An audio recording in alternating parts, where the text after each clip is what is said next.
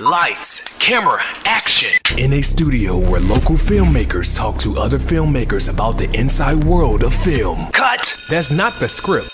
It. We'll fix it in post. Do you wonder how films are produced and what really goes on behind the scenes? Well, stand by. Filmmakers Kevin Munfrey, Victoria V.A. Jones, and Carson Hype Ferguson explain all the details. Right here on It, We Will Fix It in Post podcast.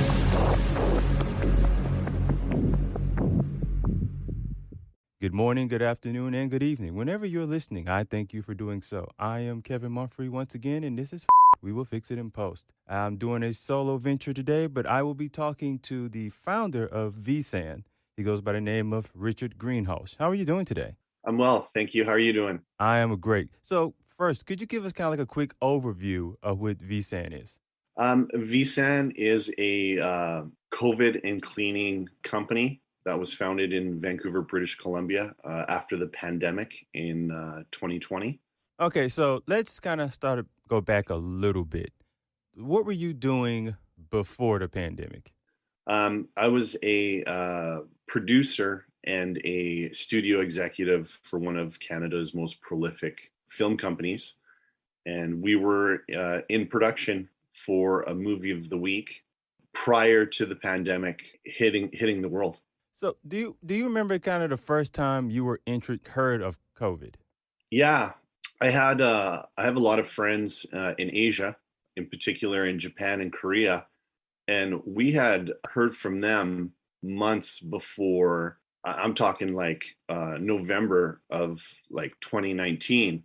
We were hearing about COVID coming from China to Korea and Japan, and friends were warning us about it and actually asking us if we could send medical masks and gloves because there was a shortage in that part of the world.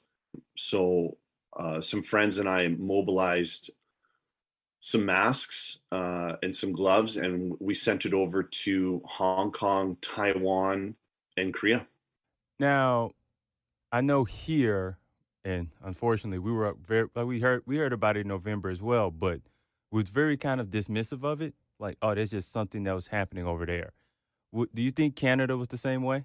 I think everybody was unprepared for it. I do think Canada was the same way. I think everybody was unprepared for it, except for those who are going through it in that part of the world. And they were really the canary in the coal mine, letting people know, what was coming. And for whatever reason, it just fell on deaf ears. Now, at what point do you think it started to affect the film industry? I'm not quite sure on what the timeline was, but I know that once it started to hit Vancouver in the film scene, the industry unanimously decided that they were shutting down. And all the big shows that are tied to US studios started to shut down.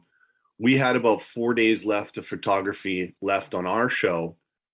And we felt that because we were smaller show, leaner and meaner, we would navigate the next 4 days, see what would happen. And we did so successfully without an incident. So how long I guess you all were in shutdown before you kind of decided to make a return to work plan? We were probably, from February of 2020 till about April 2020, we've been working on a return to work plan daily, every day, many hours a day. We were digesting every studio plan that came within our circle, everything from BBC, Fox, Warner Brothers, Netflix. Everybody had kind of a loose plan going forward, and everybody had great ideas and great strategies, but we felt that we could tailor it to our needs, in particular to Vancouver and the smaller movie of the week industry. And we kind of streamlined things, came up with our own ideas, took some great ones, and came up with a 27-page return to work plan that was mostly penned by my partner and mentor, Gilles Laplante. So at what point of making this plan did y'all kind of come to the conclusion that a new department needed to be made within the film industry? We knew very early on in executing this document that that it was time. It was long overdue, frankly. More on the safety end of things, not so much with communicable diseases, but more on the safety end of things. And I think COVID really pushed the industry in that direction of adopting a health and safety person for the sets to manage safety and health overall for the crew. So I think it was long overdue, and I'm happy to see it. So yeah, I kind of wanted to expand on because I would have honestly assumed that there was already some sort of safety department within a film being done. So why do you believe that there hasn't been one till COVID? Well, we have crafty first aid. So craft service first aid is the people that put out the tables, the fruit and vegetables, making the sandwiches, but they also have their first aid ticket, and they're there to, if someone gets hurt, slip and falls, allergic reactions, they're there to address that and fill out a report. And that was the extent of their health and safety. But this time around, it was actually a department that would address all the hazards of a set. And if you've been on a film set, you know that there are many. There's slips and falls. There's things sticking out. There's areas you're not supposed to walk into. So having a person that was designated to flag all of these potential hazards and risks, and then disseminate that information to the crew so that there was an educated understanding of what you're dealing with, really wasn't something that was accepted or pushed in the film industry prior to COVID. Now, in this new department, who's all in this department? So it's a health and safety officer. They are skilled in communicable diseases. In British Columbia here, we have a government organization called the Workers' Compensation Board. So they would be familiar with the Workers' Compensation Board policy, so that the production would not be in violation of any of the work orders. They'd also be well-versed in the studio return to work plan. So what the studio designated as their safety plan and what they wanted to see executed on set, they would be responsible for making sure that that was done to the letter. Then we added 2 sanitation technicians, which basically were cleaners on set, cleaning in real time. So, cleaning doorknobs and high traffic areas and surfaces, talking to the various departments about, cleaning up their equipment that multiple people were touching. They would help the health and safety officer point out the crew members who weren't so excited about, keeping their mask on and washing their hands and that sort of thing. They would kind of let the health officer know who was not complying, and basically have a conversation with them about getting them back on track. Now, with just having this whole plan in place, you were, I believe, one of your film projects, the first project that got approved to basically be filmed during COVID. So you got to put everything in play. That's right. We were. I sat on a task force for Creative British Columbia, which is kind of our a government cultural film department that promotes film. And I sat on that task force and weekly, and trying to talk to other members of it daily to find out, what was the Workers' Compensation Board what policies were they going to put in place that we had to follow? What were realistic to the industry versus what, a government body thought would work for us. And they in their first round of putting policies out, it would have been very damaging had they have done that, because they were made by bureaucratic people in an office and not so much involving the film industry in the conversation.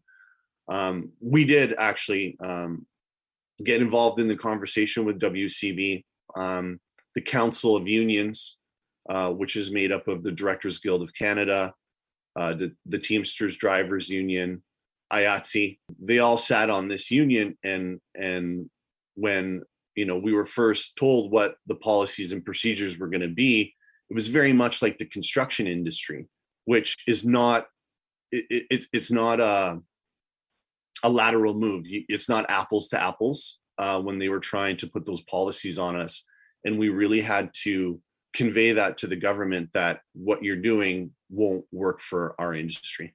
So about how long you kind of had to go this back and forth with It wasn't so much as a negotiation as it was like they were going to put their policies forward, and we as the producers, filmmakers, and union members said, hey, this isn't going to work. I think you guys are coming at it from a wrong avenue of approach. We really think that you should look at it like this. And that dialogue, I think, really put it in a nice place where we could execute. So I would say that took 3 months of hard conversations. And when we were cleared to film from the Workers' Compensation Board and from the Directors Guild of Canada and the Union of British Columbia Performers,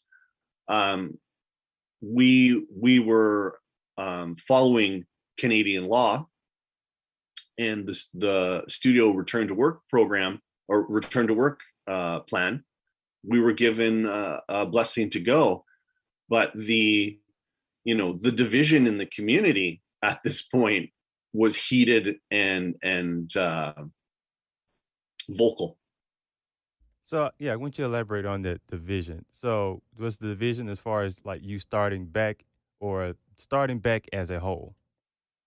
Yeah, so the division was really between those who felt that there were no safety protocols that could be put into place that would justify going back to work, versus those who wanted to put some type of plan into place and going back into production. Friends of mine that I've had for 15 years, some of the comments were, we'll zoom into your funeral, or you guys are irresponsible producers for going first. There was a lot of there's a microscope on us, right, through the industry.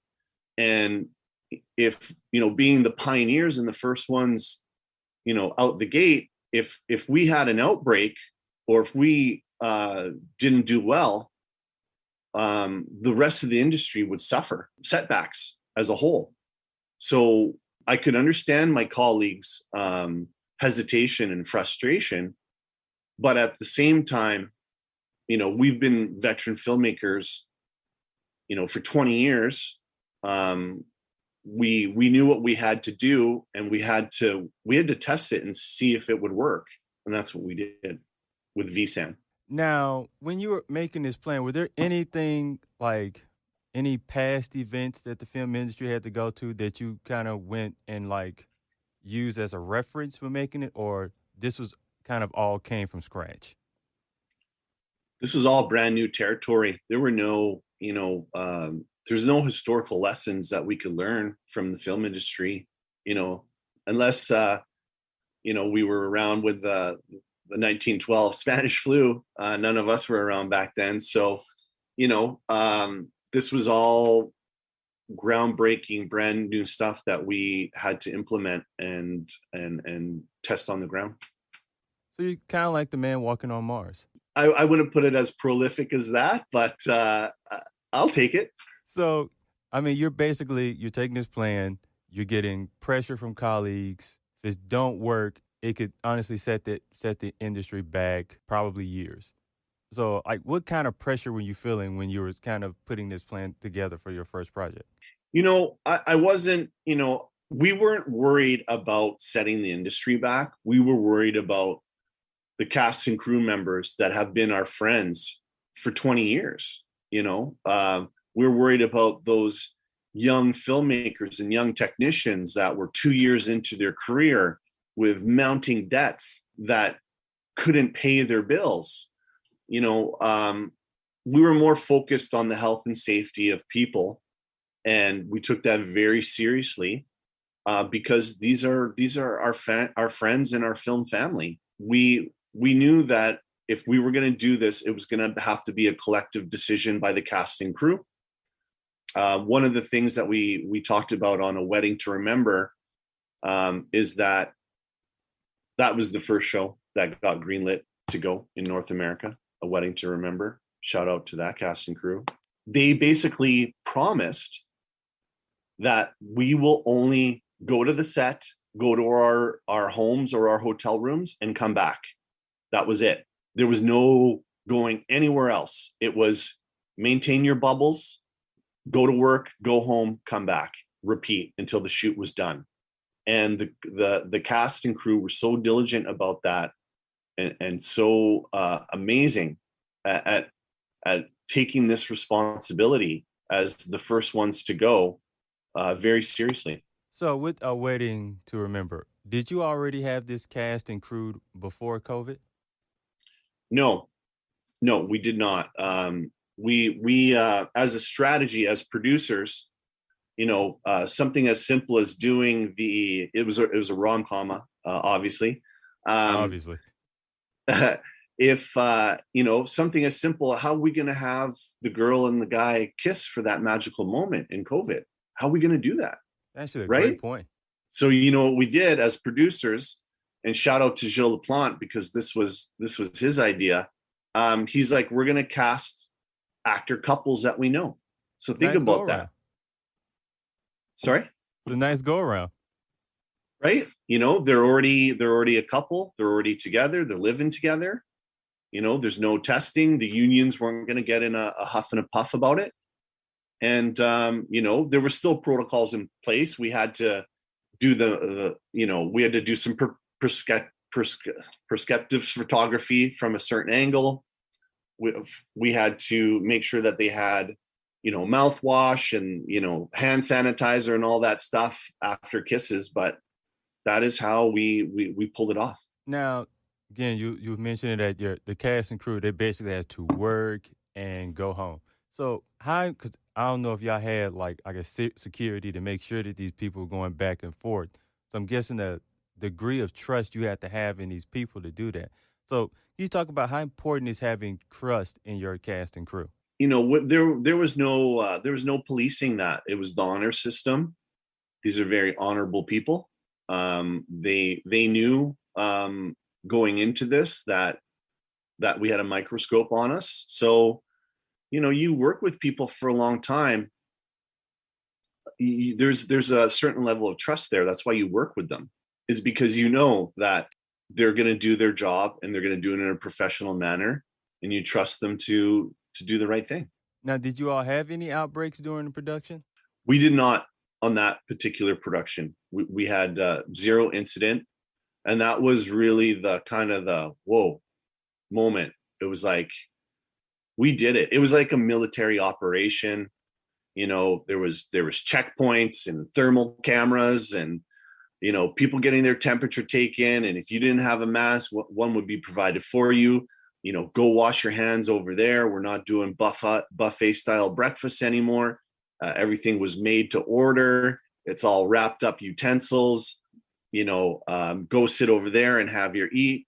You have this much time to finish. Okay, you're done. Get them out of there. Sanitechs would come in, spray down the tables, make sure the next round of people could come in. It was like clockwork in how it was executed. You've gotten this film done. There's no outbreaks. Would you say word got out about it rather quickly, I'm not too sure what was being discussed with our colleagues, in the community, but it certainly opened the door for people who were itching to go, decided to go. And, we were consulted, certainly. We were consulted just as, friends and colleagues. And then we were actually engaged vSAN services to manage that element for their production so they could focus on the harder job, which is being creative and filmmaking. Now, when you finished this project, you could have honestly just taken this that you've made with your colleagues, of course, and just kind of kept it to yourself and kind of been ahead in the film industry where they just giving you projects to do. But you decided to make vSAN and help other producers and filmmakers. What made you to decide to go that route? We never even thought of it from that one perspective that you're mentioning. We only thought about our community. We only thought about the industry at large, and rising tides lift all boats. So, it was important to me that that we just get back on track as an industry. It's interesting you say that. I was talking to Lee Cleary, first AD. Shout out to Lee. Big Marvel guy, big Marvel first assistant director. You might want to look him up on. Guy. Yeah, and I'm talking to Lee about it, and he's going, Richard, mate, how am I going to do it? We got 200 extras and this and that, and stunts and explosions. Like, how are we supposed to proceed filming with the system that you're proposing going forward? And I said, Lee, we've done it on a small scale that has proven successful. If we were given an opportunity to work out with Marvel, vSAN would be able to, emulate that success again. And he couldn't quite wrap his head around it, but they moved forward too, and they did their filming. And I'm sure it was very difficult because it's a larger number of people. But they move forward. So with the bigger the project, your plan did not have to change in any way. No, it was really about vSAN discussing with the studios their return to work plan. So vSAN serviced a really big Netflix series called Made.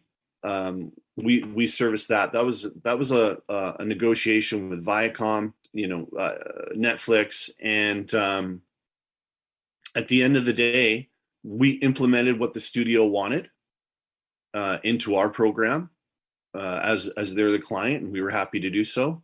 And we executed that season of that show without incident. Like when you were, like I said, you're starting to gain success when you're working with Netflix, Viacom. I would think other filmmakers would see and go, okay, let me try what he did on my set, and not necessarily talk to him about it. I'm gonna just look at what he does. Kind of like what all these streaming services did with Netflix. We're just gonna watch what you do, and then we're gonna try to copy it. So did anyone try to copy your plan?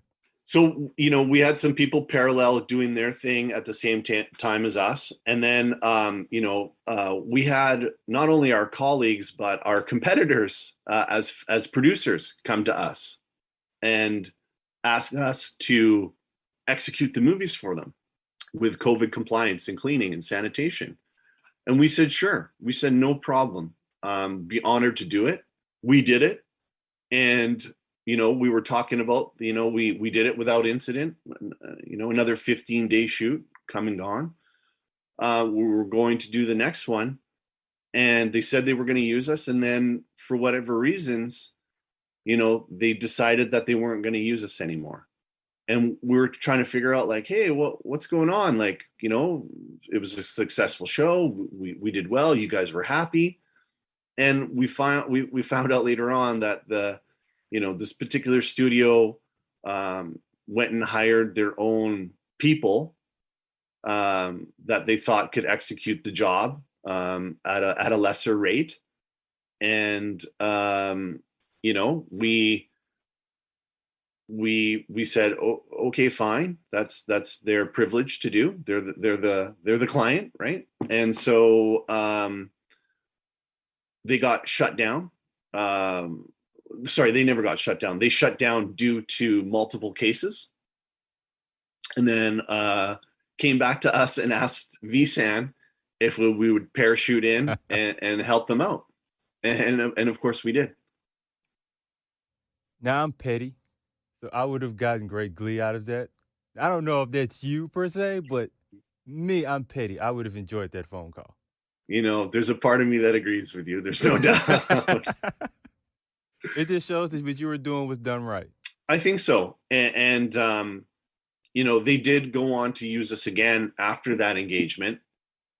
They used us a couple more times until they synthesized their own process. You know, that's their privilege to do. And you know, as a producer, I understand, you know, the budget's the budget. And if you can, you know, save money here to do that, that's what you need to do.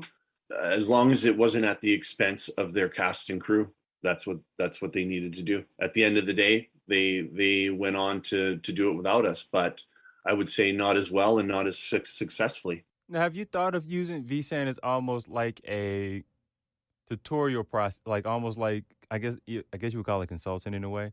You would go to other studios and teach other people your methods. Yeah, absolutely. We're very much about that. You know, we even VSAN has sent our staff at our cost to you know, one day shoots for music videos or commercials, or it's that young filmmaker that's just trying to get their first project off the ground and they didn't know how they were going to deal with COVID compliance. And we thought they're very talented. And so we thought, hey, you know, don't stress about that. We'll take care of it for you. No cost. Go make your film. Now, that again, you said that was a cost to you. A lot of people wouldn't have done that. So what made you decide to kind of do that? You know, it's about giving back to the industry that has been so good to us on so many levels as producers, production managers, directors, writers.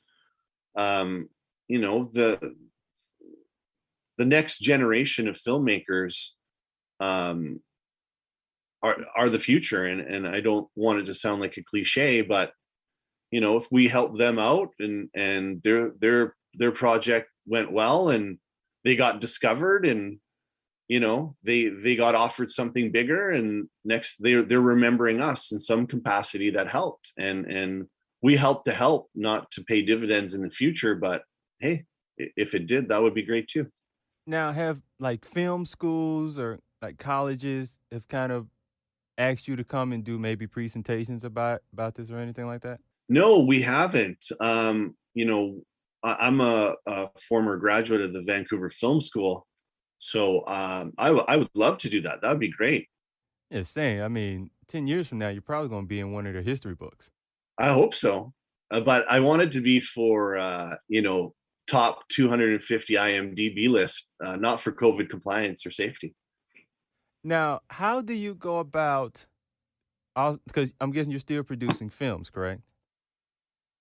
So how do you go navigate VSAN and also producing films? That is a great question. They were so intertwined. At the end of the day, the producer is responsible for COVID compliance. So, you know, if we were going to shut down because of an outbreak, that would ultimately be the producer's decision or the studio's decision. And so we were so intertwined that the workflow lined up with each other. And when it wasn't my own shows that I was the producer for, you know, I would be hearing from the VSAN team on other productions with their producers.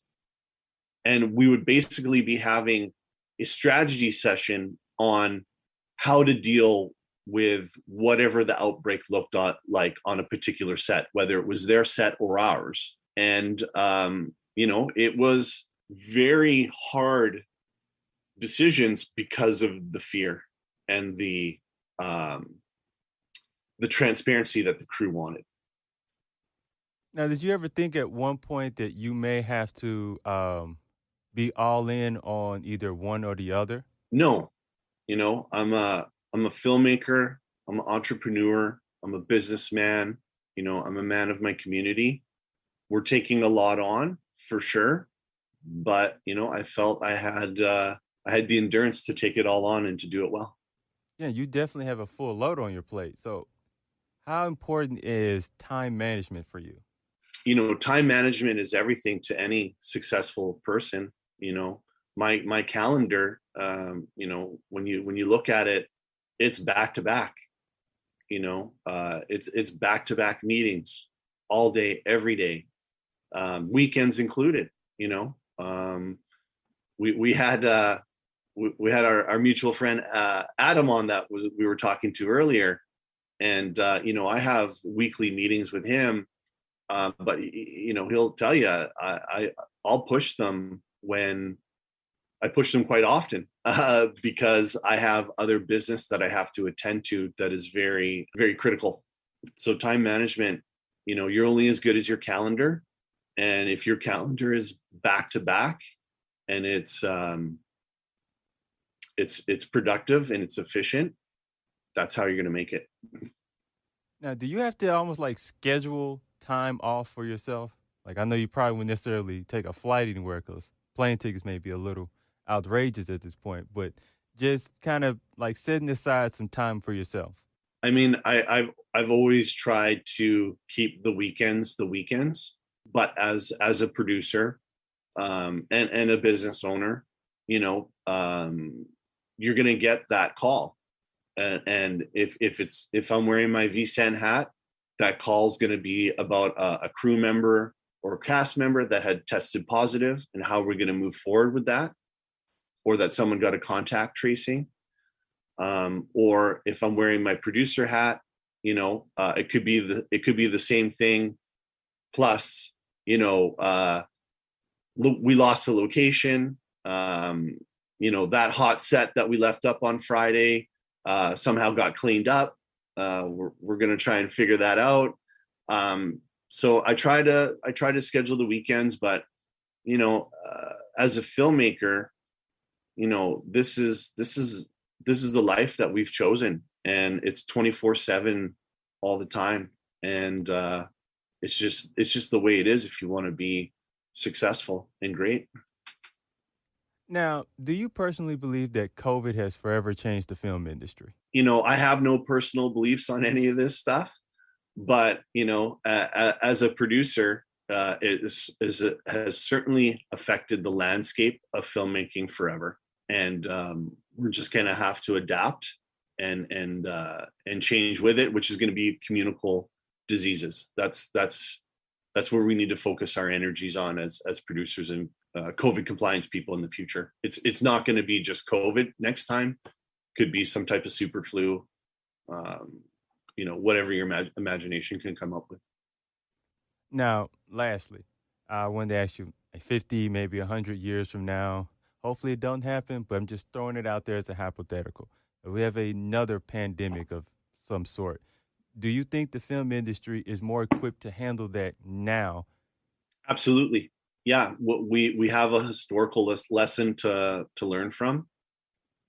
I think the bigger question is, how is history going to look at how we handled that? I think that's the bigger question. I think we say that about a lot of industries: film, meat packing, vehicle. This is going to be a whole documentary that you may be producing. It may be. I think 100 years from now, I think they're going to look at society as a whole of how we handled this and what we did. And only time will tell if decisions were right or wrong. I think that's a great way to end this. Richard, I wanted to personally thank you for taking time out of your busy schedule to talk to us today. Oh, thank you. It's been my pleasure, and I'd love to do this again with you sometime. Oh, I'll hold you to that. Once again, I am Kevin Mumphrey with We'll Fix It in Post, and that, my friends, is a wrap.